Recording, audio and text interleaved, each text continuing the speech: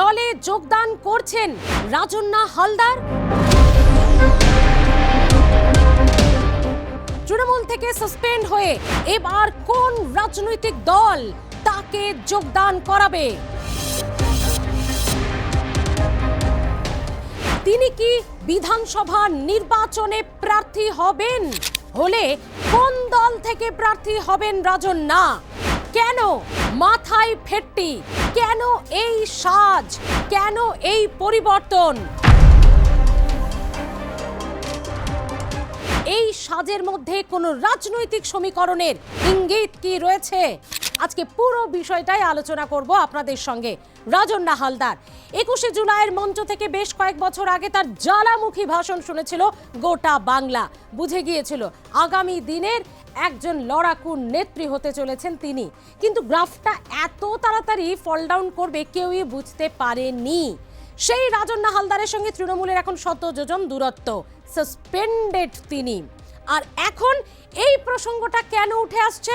রাজন্না হালদার কেন কোন দলে যোগদান করছেন এবং টিকিট পাবেন কিনা, তার দুটো ইন্টারেস্টিং পয়েন্ট লুকিয়ে রয়েছে বন্ধুরা, খুব ভালো করে শুনবেন। প্রথমটা, এই যে সাজটা নিয়েই ইতিমধ্যেই সমাজ মাধ্যমে ভাইরাল হয়েছে রাজন্না হালদারের ছবি এবং তাতে বড় বড় করে লেখা, কৌস্তভের পর এবার রাজন্না হালদার। মুখ্যমন্ত্রী যতদিন না পদত্যাগ করছেন ততদিন মাথার এই স্কার্ফ খুলবেন না নাকি রাজন্না হালদার। মানে সরকার বিরোধী যে রাজন্না তা আর বলার অপেক্ষা রাখে না।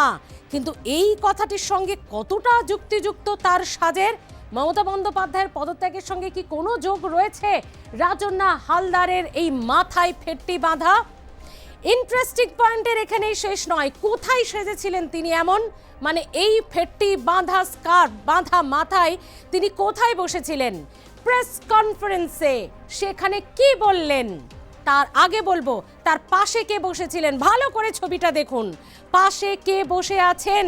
বিজেপি সাংসদ প্রাক্তন বিচারপতি অভিজিৎ গঙ্গোপাধ্যায় বসে রয়েছেন রাজন্না হালদারের পাশে। এই প্রেস কনফারেন্স থেকে রাজন্না হালদার ঘোষণা করছেন সরকারের বিরুদ্ধে এবার নামতে বাধ্য হচ্ছি। একটি যাত্রা, একটি কর্মসূচি শুরু করেছেন রাজন্না হালদার। উত্তরবঙ্গ থেকে দক্ষিণবঙ্গ চলবে, এই প্রেস কনফারেন্স থেকেই জানিয়েছেন রাজন্না হালদার।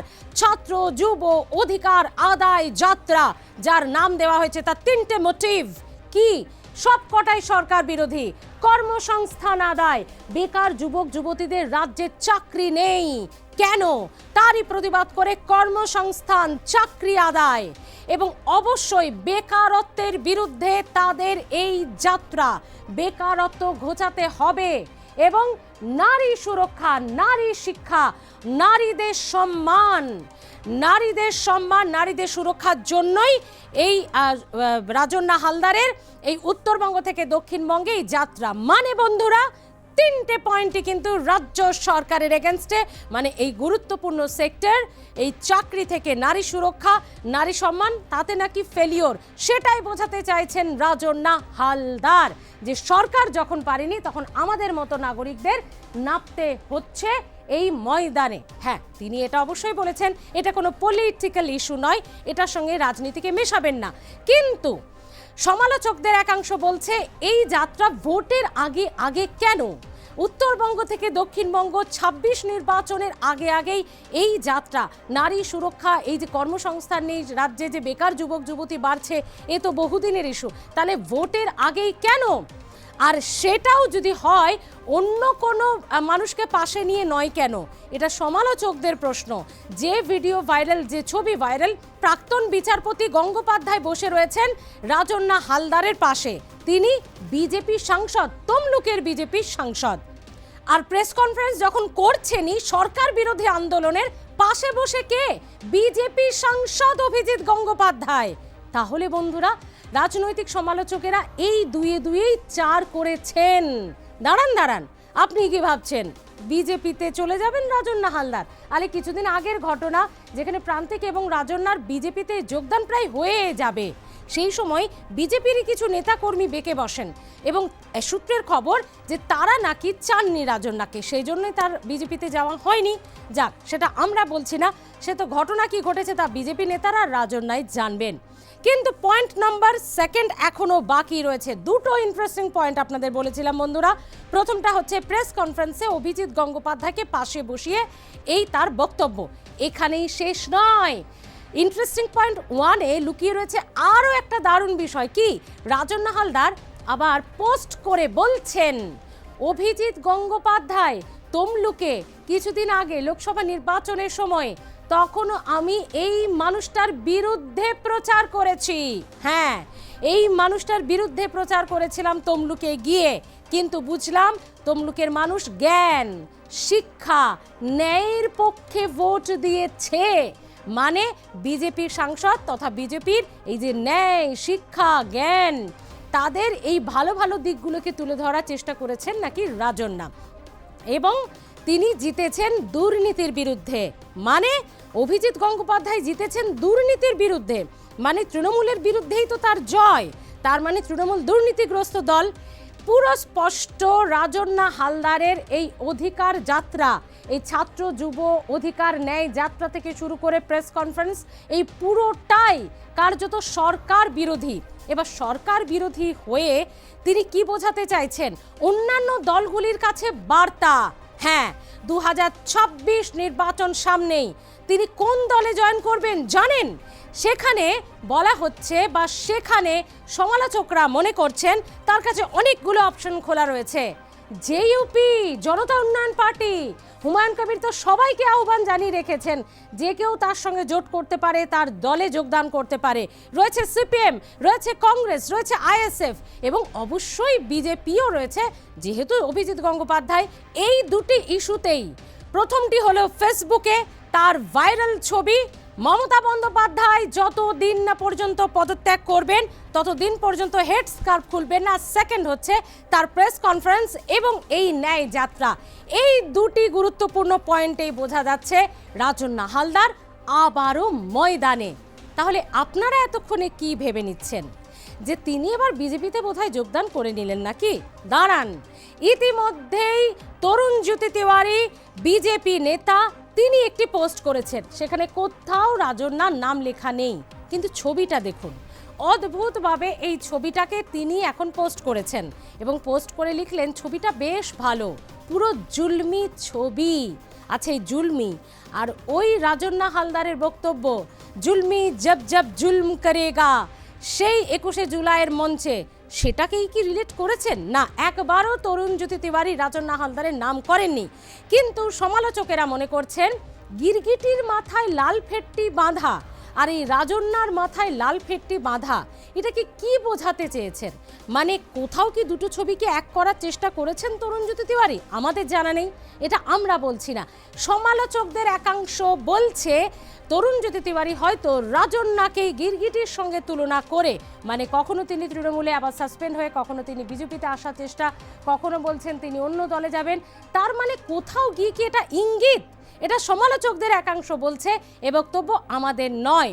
আমরা জানি না তরুণ জ্যোতি তিওয়ারি কার সঙ্গে কার তুলনা করার চেষ্টা করেছেন, কিন্তু দুটো ছবিকে পাশাপাশি রাখলে অদ্ভুত লাগবে কিন্তু আপনারও। ভালো করে দেখুন, শুধু তরুণ জ্যোতি তিওয়ারি নয়, জিমলি চক্রবর্তী, হরিণঘাটার একটি ওয়ার্ডের কাউন্সিলর, তিনি কিভাবে প্রকাশ্যে তার সমাজ মাধ্যমে লিখেছেন দেখুন রাজন্না হালদারকে নিয়ে। ভালো করে পোস্টটা দেখুন।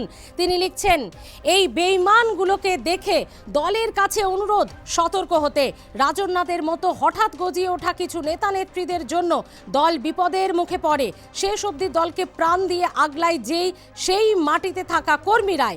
তাই এদের মতো নেতা নেত্রীদের পদ দেওয়ার আগে, স্টেজে তোলার আগে 10 বার ভাবার অনুরোধ রাখলাম দলের কাছে। অনুবীক্ষণ যন্ত্র দিয়ে যখন খুঁজবেন, অন্তত এলাকার মানুষের কাছে খোঁজটা নেবেন, তাদের গ্রহণযোগ্যতা ঠিক কতটুকু। দেখুন কিভাবে মমতা বন্দ্যোপাধ্যায় জিন্দাবাদ, অভিষেক বন্দ্যোপাধ্যায় জিন্দাবাদ এবং আমার প্রাণ প্রিয় দল তৃণমূল কংগ্রেস জিন্দাবাদ। হরিণঘাটার এক কাউন্সিলর রাজন্নার হয়ে লিখছেন, রাজন্নার কথা তুলে লিখছেন। ভাবুন একবার, সেখানে যে একেবারে তুলোধনা বলা যেতে পারে। দেখুন, মনোজিৎ মিশ্রের ঘটনার পর এই জিমলি চক্রবর্তীর মতোই যে সমস্ত নেত্রীরা, মহিলারা আমরা দেখেছিলাম, তাতে একেবারে ইয়াং ব্রিগেডে ছিল, তারা এই রাজন্যাকে কোন ঠাসা করে দিয়েছিল যে এতদিন মুখ খোলনি কেন। আর এবার এই জিমলি চক্রবর্তীর মতো কাউন্সিলররাও প্রকাশ্যে লিখছেন রাজন্যার বিরুদ্ধে।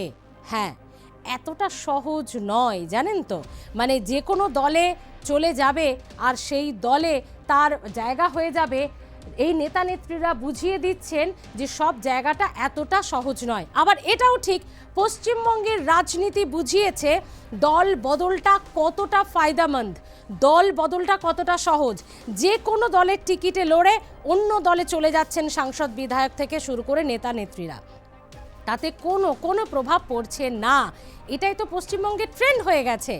আপনাদের সামনে রাখলাম পুরো বিষয়টি, এবং প্রেস কনফারেন্স থেকে কি বলেছেন রাজন্যা আপনাদেরকে অবশ্যই শোনাবো।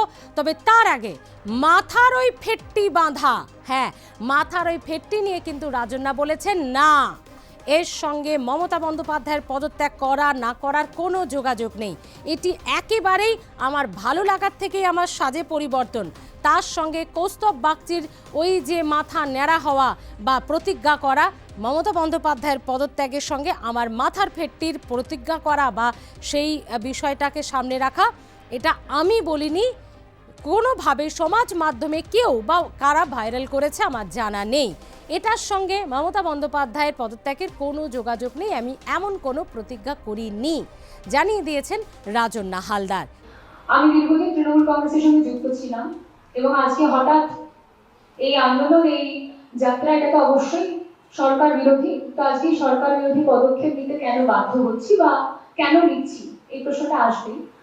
আমি তার উত্তর আগে থেকে নিজেই দিয়ে দিচ্ছি। আমার ব্যক্তিগতভাবে মনে হয়েছে, আমি এই এসএসসি পরীক্ষায়, এসএসসির যে লাইন ছিল পরীক্ষা, সেই লাইনে আমি দাঁড়িয়েছিলাম এবং সেই লাইনে দাঁড়িয়ে আমি একটা অনুভূতি খুব স্পষ্টভাবে এবং তীব্রভাবে বুঝতে পারি যে যতক্ষণ না আমরা চাকরি প্রার্থীদের জুতোর সোলে হেঁটে দেখবো, ততক্ষণ পর্যন্ত আমরা বুঝবো না তাদের বেদনাটা কি বা তাদের যন্ত্রণাটা কি।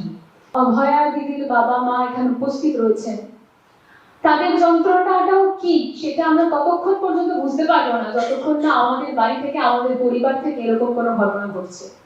আর এইটা কিন্তু কাম্য নয়। পশ্চিমবঙ্গের বুকে এই দিন দেখবো বলে আমরা, পশ্চিমবঙ্গের মানুষ, আমরা তো অনেক ছোট, আমি নিজের কথা ছেড়েই দিলাম, আমি আমার বাবা মার কথাই যদি বলি, তারা এই দিন দেখবে বলে কোনোদিনই এই সরকারকে ভোট দিয়ে নিয়ে আসেনি বা আনার কথা ভাবেনি। এটা আমার ব্যক্তিগতভাবে মনে হয়েছে। পশ্চিমবঙ্গের এই অবস্থার জন্য আমরা কাউকে দায়ী করবো পরে, তার আগে আমরা নিজেদের বিবেককে দায়ী করবো এবং বিবেককে জাগ্রত করার কথা ভাববো। আর নিজেদের বিবেককে জাগ্রত করার জন্যই, নিজেদের বিবেককে আরো তীব্রভাবে অনুভব করার জন্যই হয়তো ব্যক্তিগত স্তর থেকে এই অধিকার আদায় যাত্রার কথা আমরা ভাবছি এবং সেটা শুরু করতে চলেছি। কিন্তু বিষয় যেটা হচ্ছে, এই এত দুয়ে দুয়ে চার করা, প্রথমটা এইভাবে মাথায় এই গেরুয়া বা লাল ফেটটি বাঁধা, তাহলে কি সিপিএম বা বিজেপি, কি কোন দল, নাকি আইএসএফ, নাকি হুমায়ুন কবির, নাকি কংগ্রেস? বা আরও একটি বিষয়, প্রেস কনফারেন্স করলেন কাকে? অভিজিৎ গঙ্গোপাধ্যায়কে পাশে বসিয়ে, তিনি বিজেপির সাংসদ। আবার উত্তরবঙ্গ থেকে দক্ষিণবঙ্গ যাত্রা করছেন কার বিরুদ্ধে? সরকারের বিরুদ্ধে। সব মিলিয়ে আবারও একেবারে রাজনীতির ময়দানে সক্রিয় ভূমিকায় কি তাহলে দেখা যাবে রাজন্যা হালদারকে? অনেকেই মনে করছেন যতই বাধা থাকুক, যতই যাই কিছু থাকুক, সম্ভবত রাজন্যা হালদার, যেহেতু অভিজিৎ গঙ্গোপাধ্যায় জানিয়েছেন যে তিনি সমর্থন করেছেন রাজন্যাকে এই যাত্রার জন্য, এই অধিকার আদায় ন্যায়ের জন্য, ন্যায়ের যে আন্দোলনের জন্য, তাতে সম্ভবত তিনি হয়তো ধীরে ধীরে বিজেপিতে নিজের জায়গাটা ভালো করে পাকা করে নিচ্ছেন। এবং কেই বা বলতে পারে বিজেপির টিকিটেই হয়তো লড়বেন আগামী দিনে রাজন্যা হালদার, এমনটাও তো হতে পারে। না তার কোনো প্রমাণ, তার কোনো দাবি না, তার কোনো বয়ান, কোনো কিছুই নেই, পুরোটাই একেবারে ধারণা। আর রাজনৈতিক সমালোচকদের বেশ কিছু ধারণা থেকেই, তাদের মন্তব্য থেকেই কার্যত এটা বারবার উঠে আসছে। এবং অবশ্যই সমাজ মাধ্যমে যেভাবে চর্চায় উঠে এসেছেন রাজন্যা হালদার এবং তার মাথায় ফেটটি বাঁধা, এবং অভিজিৎ গঙ্গোপাধ্যায়ের জন্য তার সেই প্রশংসা, ন্যায়ের জন্য লড়েছেন, অন্যায়ের বিরুদ্ধে লড়েছেন অভিজিৎ গঙ্গোপাধ্যায়। এই সবগুলোকে এক সারিতে রাখলে না কোথাও মনে হচ্ছে দুয়ে দুয়ে চার হয়ে যাচ্ছে, বলছেন রাজনৈতিক সমালোচকেরা। আর আপনারা কি বলছেন? তাহলে কি এবার রাজন্না হালদার বিজেপিতেই যোগদান করতে চলেছেন এই অভিজিৎ গঙ্গোপাধ্যায়ের হাত ধরে? তাহলে কি রাজন্না হালদারকে বিজেপি এবার টিকিট দেবে 2026-এ? কি মনে করছেন, বিজেপির জন্য সেটা সত্যি ভালো হবে না কি খারাপ? কিভাবে দেখছেন আপনারা? অবশ্যই জানাতে ভুলবেন না। ভালো থাকুন।